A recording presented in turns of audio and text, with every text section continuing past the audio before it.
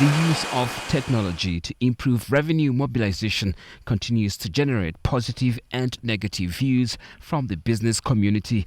A new research by the Private Sector Foundation and audit firm PwC reveals new findings on the prohibitive costs embedded in technologies supposed to help ease the process. The cost of the digital tax stamp is high here, high relative to other markets. We believe there is room to reduce it.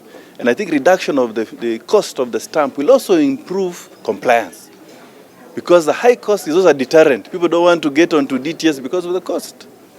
So if it is cheaper or free, the compliance then can improve. We are carrying the burden of those who are not compliant. We are hoping that the model will be reviewed. So what they are saying is, right now, they are having the cost of stamps being like 16% of the tax that they generate on that production, which really means that it is a significant cost that is added to their production. And this cost is not passed on to customers, it's not passed on to government, it's absorbed by the business. The findings in the research add new pressure on the taxman, who is already struggling to address recent traders' grievances and business closures. Because anything that takes away your morale to invest more in our country is definitely something that URA would not support.